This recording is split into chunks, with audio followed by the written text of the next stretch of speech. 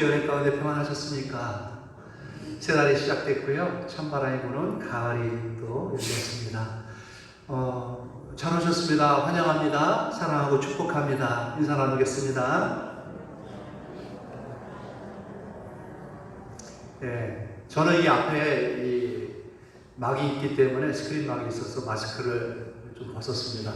또 3단계 오르니까 여러분들은 불편하시더라도 착용하셔야 될 것 같아요. 가정에서 예배드리고 계시는 우리 성도님들 더 반갑고 언젠가는 뵐 수 있는 날이 오리라 그렇게 믿습니다. 오늘 같이 은혜 나눌 말씀은 좀 세월에 관한 말씀인지 모르겠어요. 디모데전서 이어지는 6장 7절로 10절의 말씀을 가지고 말씀을 드릴 때에 오늘 설교 제목은 이렇게 잡았습니다. 같이 한번 읽어볼까요? 공술의 공수고. 한자로 쓰면 이렇게 됩니다. 공술의 공수고. 이 설교 제목을 딱 들었을 때 거부감을 느끼시는 분들 있을 것 같아요. 저거 불교 용어 아닌가? 절에서 쓰는 말인데 그렇게 또 생각하시는 분도 계시겠지만은 내용을 생각하면은 얼마나 깊은 내용인지 몰라요. 공술의 공수고. 빈손으로 왔다가 빈손으로 간다라는 뜻이죠. 어느덧 죽음에 이르게 된 인생이 지난날을 돌아보면서 대체로 하는 말 중에 하나가 인생은 참 덧없습니다 라는 말씀들을 많이 하죠. 덧없다. 이 인생을 되돌아보는 사람들의 공통적인 그러한 말 같아요. 어느덧 9월이 왔습니다 할 때도 덧이 들어갔죠. 그리고 덧없는 여름과 덧없는 세월을 보내 오늘에 이르렀습니다 할 때도 덧이 들어갑니다. 이 덧이라는 글자 얼마 안 되는 짧은 동안이라는 뜻이에요. 어느덧 덧없음 이렇게 할 때 덧. 함정할 때 덧하고는 다른 단어죠. 짧은 동안 덧.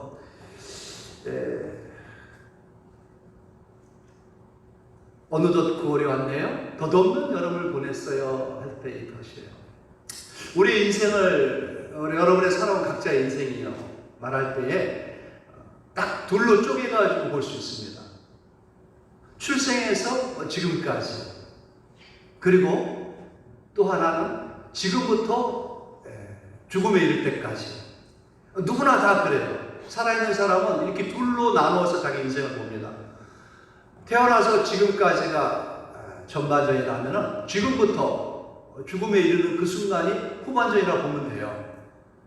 젊었을 때가 전반전이고 노년이 후반, 이게 아닙니다.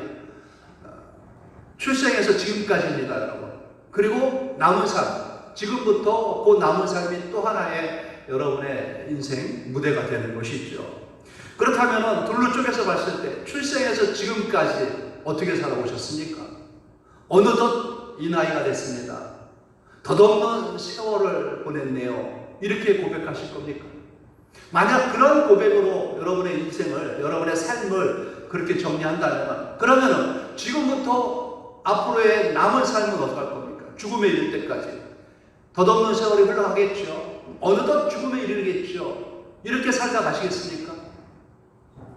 그렇게 살지 마시라고 지금 말씀을 드리는 겁니다.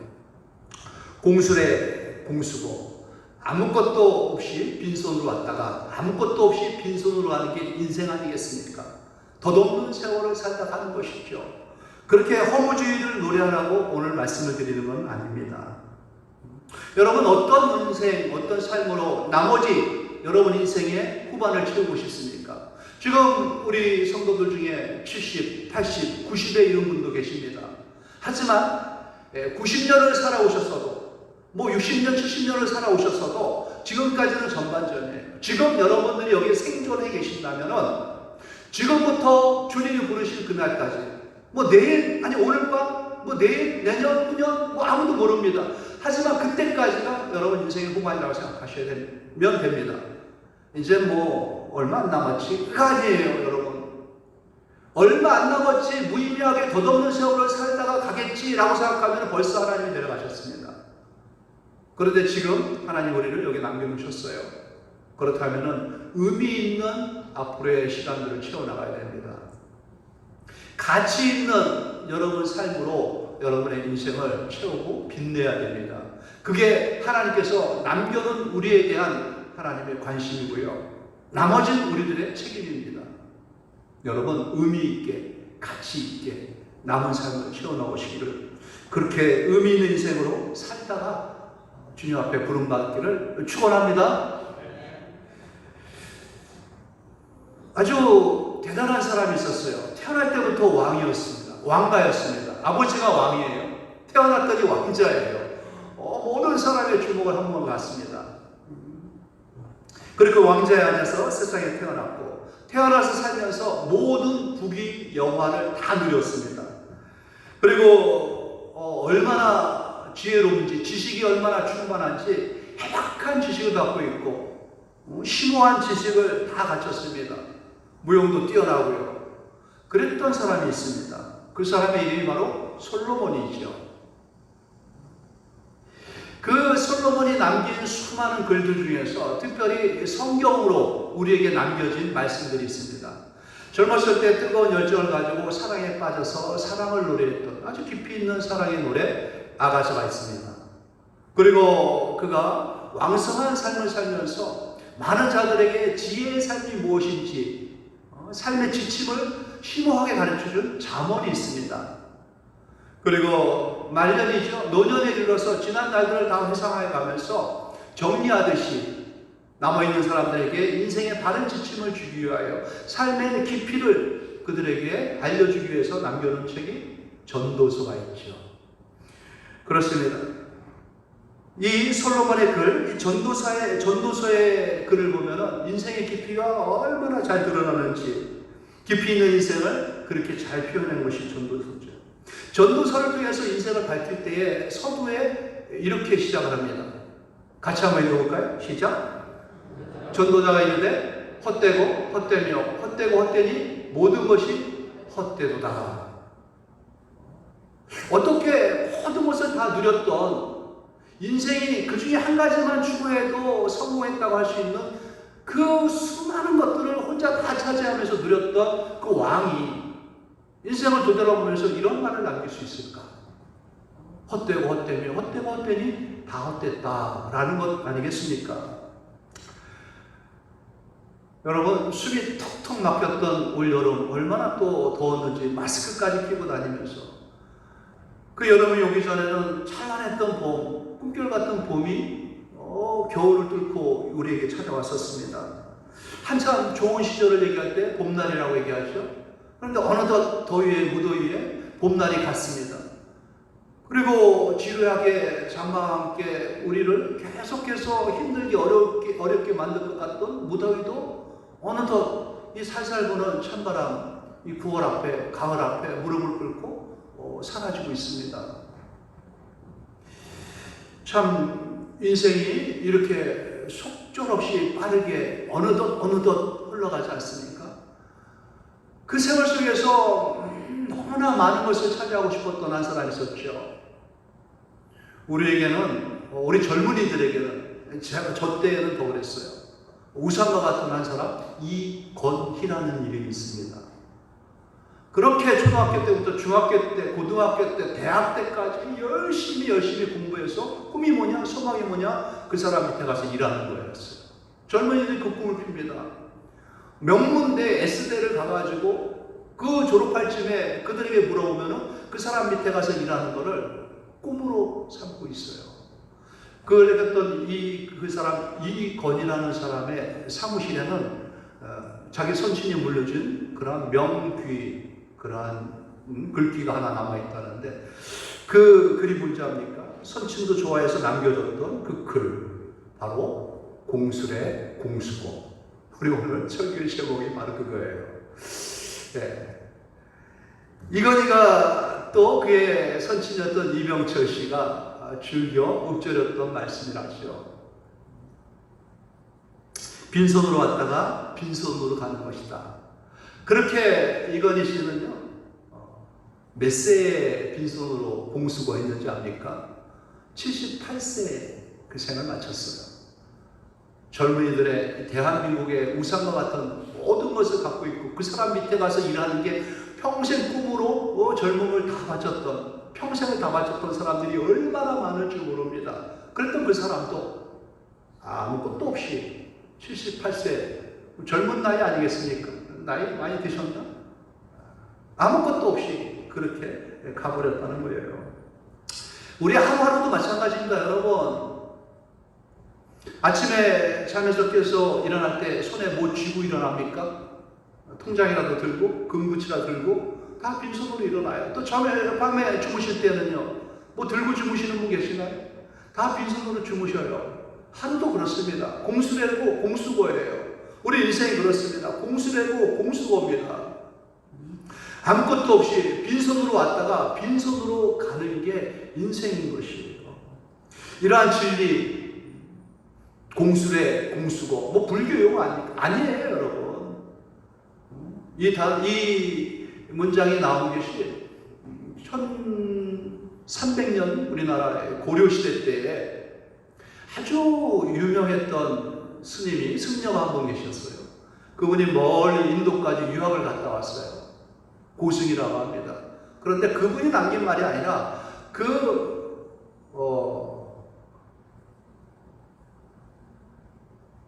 이제 스님이 됐으면 뭔가 성직자 아닙니까?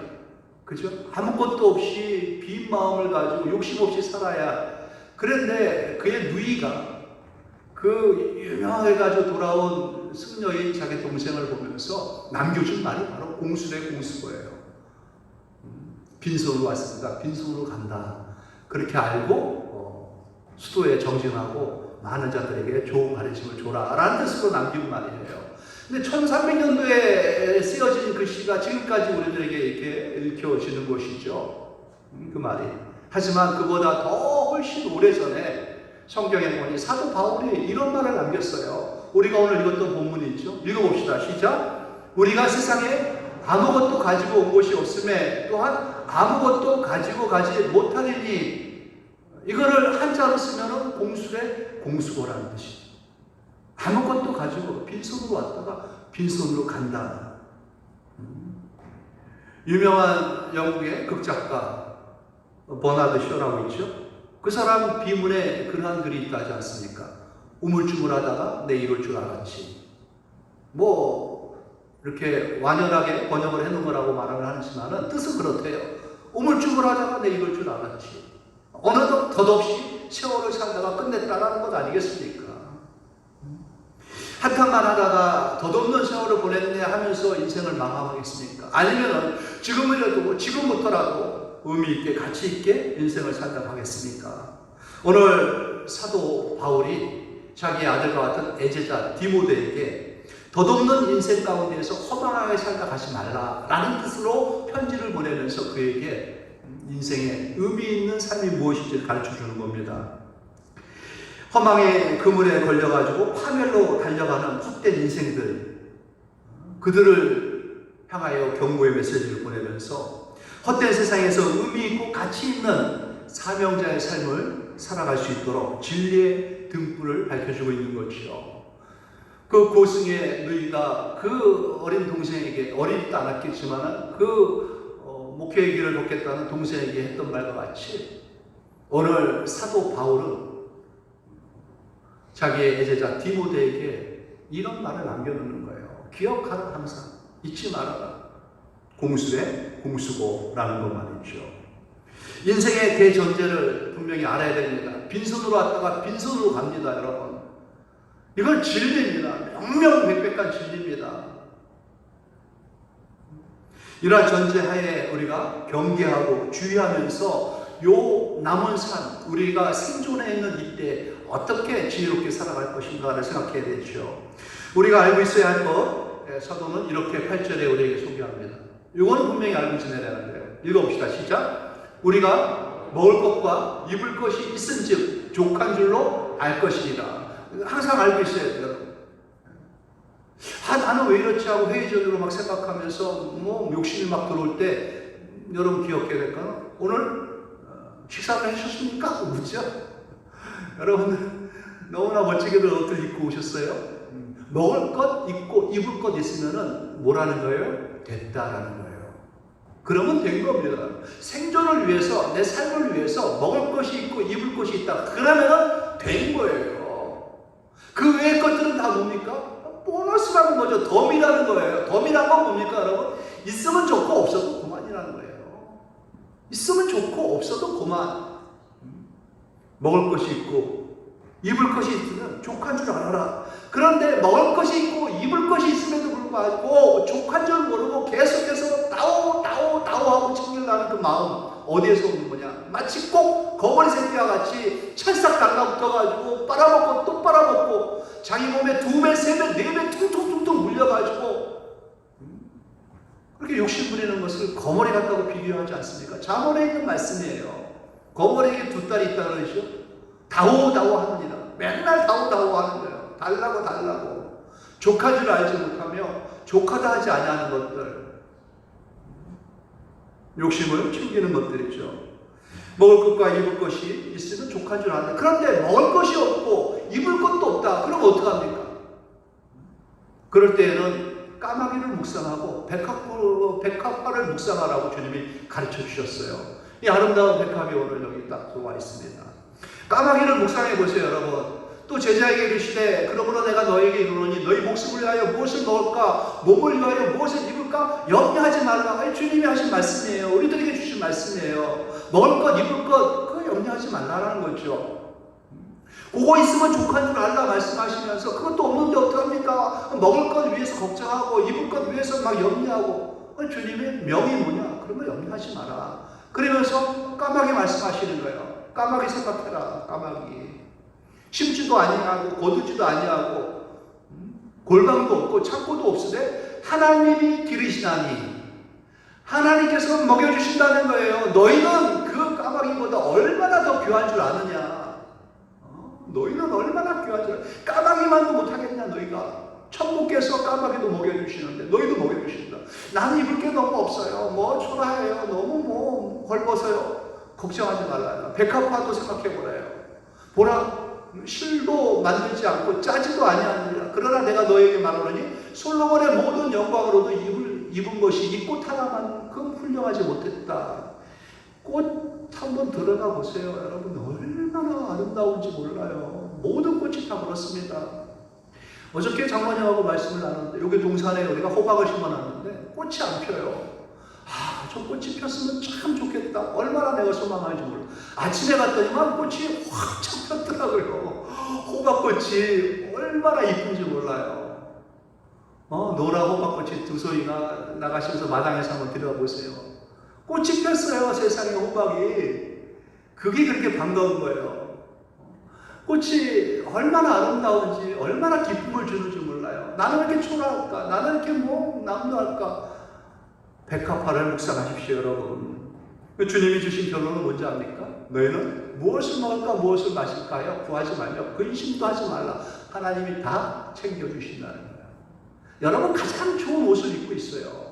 여러분 가장 좋은 것을 먹었어요. 먹고 계시고요. 그런 식탁에 물 하나에 간장 하나 올라와서도 불만할 게 없어요. 천국께서 알아서 나에게 주신 것이고, 초라한 것을 나는 막 명품을 못 입고 나는 명품도 못 벗고 다녀. 나는 뭐 너무 남네. 그런 생각할 거 없어요. 가장 아름답고 좋게 여러분이 입고 다니고 입혀주시는 거니까.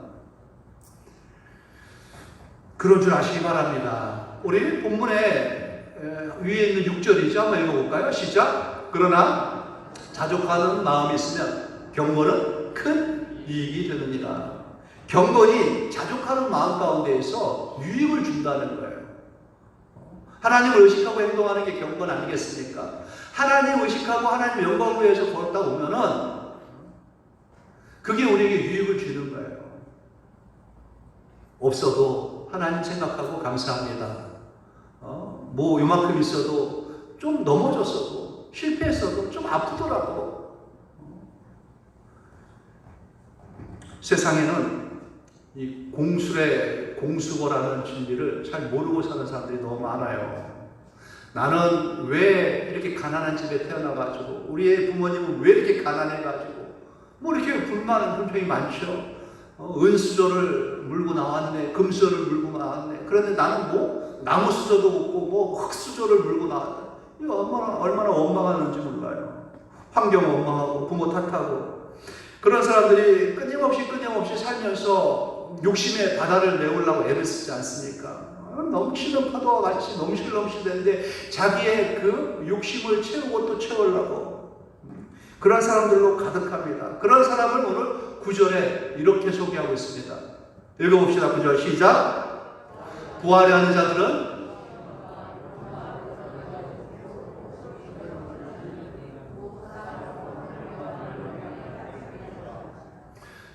잘 여러분 기억해야 됩니다. 성경 말씀이에요. 부하려 하는 자. 부하려 하는 자는 어떤 사람이에요? 부가 인생의 목적인 사람이에요. 시험과 올무, 여러 가지 어리석고 해로운 욕심에 떨어져요. 그래서 결국 사람으로 파멸과 멸망에 빠지게 합니다. 파멸과 멸망에 빠지게 만들어요. 욕심에 떨어져가지고, 욕심에 떨어졌더니만은 욕심을 채워주고 만족을 주는 게 아니라 도리어 파멸시키고 멸망에 이르게 한다는 겁니다. 어떤 사람들이 그래요? 구체적으로 이런 사람이 어떤 사람이냐면 10절에 소개합니다. 또 읽어봅시다. 시작. 돈을 사랑함이 일만하게 뿌리가 되나니 이것을 탐내는 자들은 미혹을 받아 믿음에서 떠나 많은 근심으로서 자기를 찔렀도다. 분명히 여러분 우리의 마음속에 딱 기록해 놔야 됩니다. 이 구절들을 말씀이죠. 우리의 이 사람의 존재에 빛나는 가치를, 의미를 세상은 왜곡시켜요.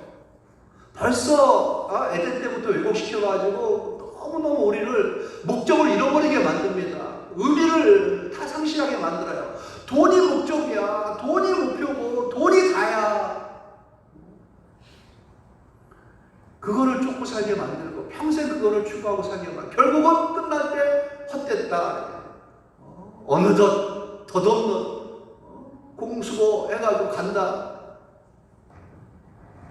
부하려는 것 자체가 나쁜 게 아니에요. 그런 마음이. 돈이 나쁜 게 아니에요.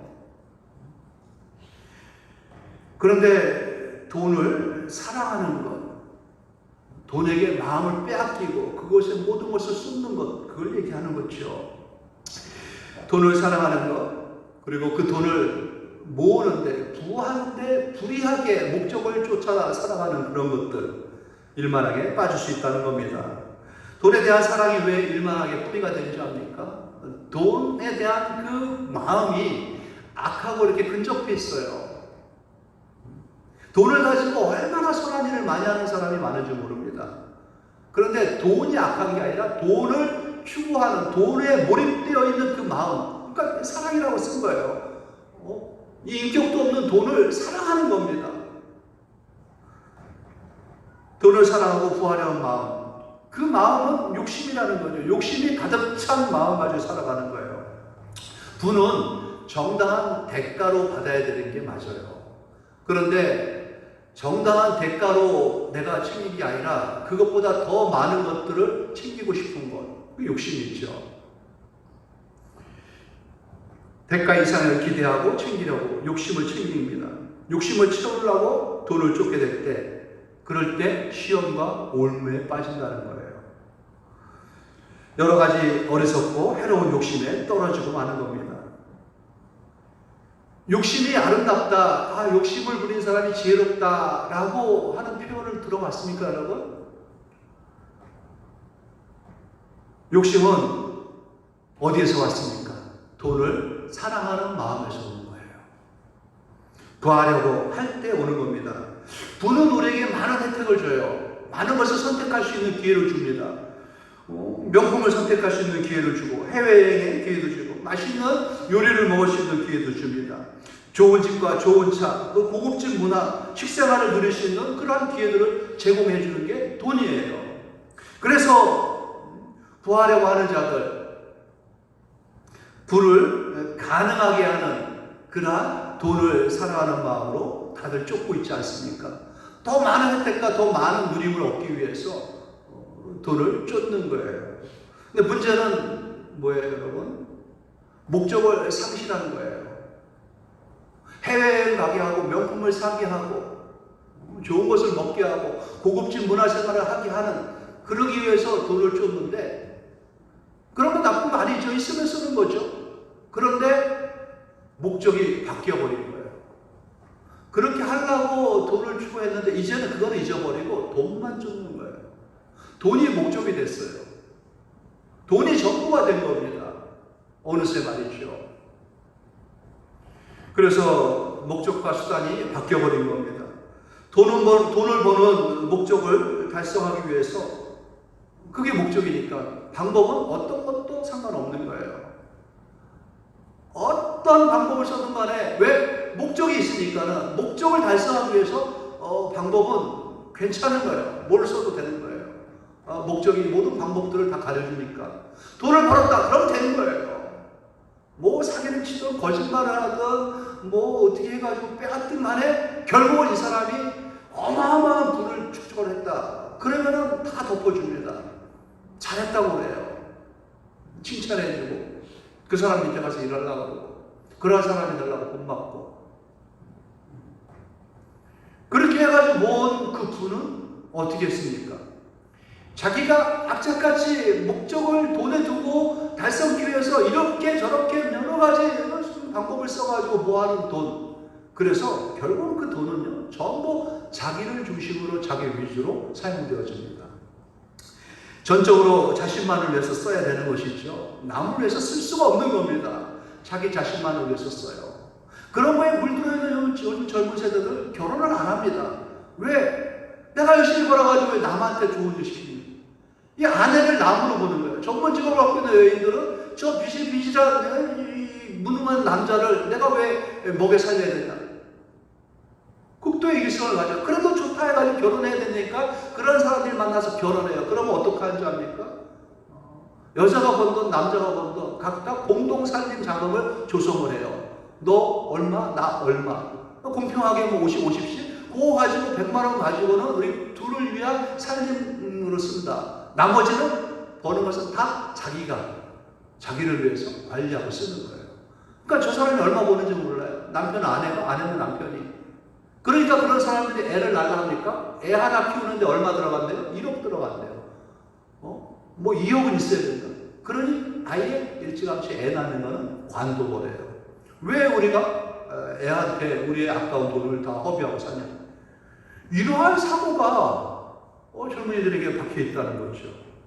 왜 그래? 돈이 목적이었기 때문에 그래요. 돈을 목적으로 삼고 살기 때문에 그렇습니다. 아주 돈 많은 청년이 하나 있었어요. 어떻게 선천적으로 이렇게 유산을 받았는지 자기가 벌었는지 어마어마한 재산을 갖고 있어요. 그런데 굉장히 성실하고 그 청년이 또 선한 일도 많이 합니다. 그러던 청년이 어느 날 예수님의 소식을 듣습니다. 예수님이라는 분이 영생의 길을 가르쳐주고 있다. 진리를 밝히고 있다. 그래서 먼 길을 찾아와 예수님 앞에 섰습니다. 묻죠. 진지하게. 이 땅에서 늘 것 다 누렸으니까 영원한 생명이 궁금한 겁니다. 선생님, 내가 어떻게 해야 영생을 얻을 수 있습니까? 그때 주님께서 이 청년에게 영생의 길을 가르쳐 줍니다. 네가 갖고 있는 모든 재산을 다 가난한 자에게 나눠주고 나를 따르라. 제자를 삼고 싶은 거예요, 예수님이. 예수님 제자들 보면 다 대체로 가난해요. 돈도 없어요. 그런데 번듯한 청년이 온 거예요. 제자를 삼겠다고. 이 청년은 길이 수천 년의 수만 년의 세월 속에서도 그 이름이 빛날 뻔했어요. 베드로나 사도 바울 이런 제자들 같이 말이죠. 그 길을 가르쳐 줬는데 결국 그 청년은 주님을 따르지 못했습니다. 왜 따르지 못했다 그래요? 이런 이유가 있었어요. 그 청년이 재물이 많음으로 이 말씀을 듣고 근심하며 가니라. 재물이 너무 많은 거예요. 이 재물이 영생의 길에 걸림막이 된 것이죠. 하나님께 나가는 게 영원한 생명으로 가는 길에 함정이 되어버린 거예요. 영생의 길이 근심의 길로 만들고 만 거죠. 이때 주님께서 이 청년에 비유하면서 명명백백하게 우리에게 밝힌 진리가 그 유명한 바늘기 진리예요. 예수께서 제자들에게 이르시되 내가 진실로 너에게 이르노니 부자는 천국에 들어가기가 어려우니라. 다시 너에게 말하노니 낙타가 바늘귀로 들어가는 것이 부자가 하나님의 나라에 들어가는 것보다 쉬우니라. 어렵다 하셨지 못 간다는 아니에요, 여러분. 부자 중에서도 선한 부자가 얼마나 많은지 몰라요. 어렵다는 거예요. 왜 어려운가 생각해 봤더니 이들은 하나님이 주시는 은혜로 부과된 게 아니라 목적을 부에 두고 살았던 사람들이에요. 수단과 방법을 가리지 않고 내가 벌어들인다. 그래 불의하고 타협하면서 축적했던 사람들 거의 못 가는 거죠. 보물이 있는 곳에는 뭐가 있다고요? 너희 마음도 있느니라. 그러니까 보물, 재물, 돈의 마음을 뺏기고 사니 어떻게 하나님께 나가 하나님께 경배하고 찬양하고 영광을 돌리겠습니까? 돈 버는 게 더 중요한 것이고 그 돈을 나를 위해서 쓰는 게 더 중요한데 시간이 없는 거예요. 하나님을 경배할 시간, 하나님께 나가 하나님께 영광 돌릴 시간이 없는 겁니다.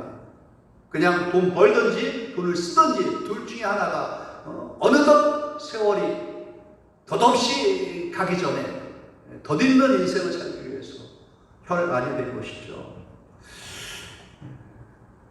아프가니스탄의 탈레반이라는 그 무장 세력들이 장악하니까는 원 정부군하고 미군의 지원을 받던 사람이 다 철수했습니다. 우리나라도 아주 세계적인 이슈가 됐죠. 그런데 세계가 주목했던 철수한 사람들 중에서 주목했던 한 무리가 있는데 네팔 용병이 떠났다라는 기사가 떴어요.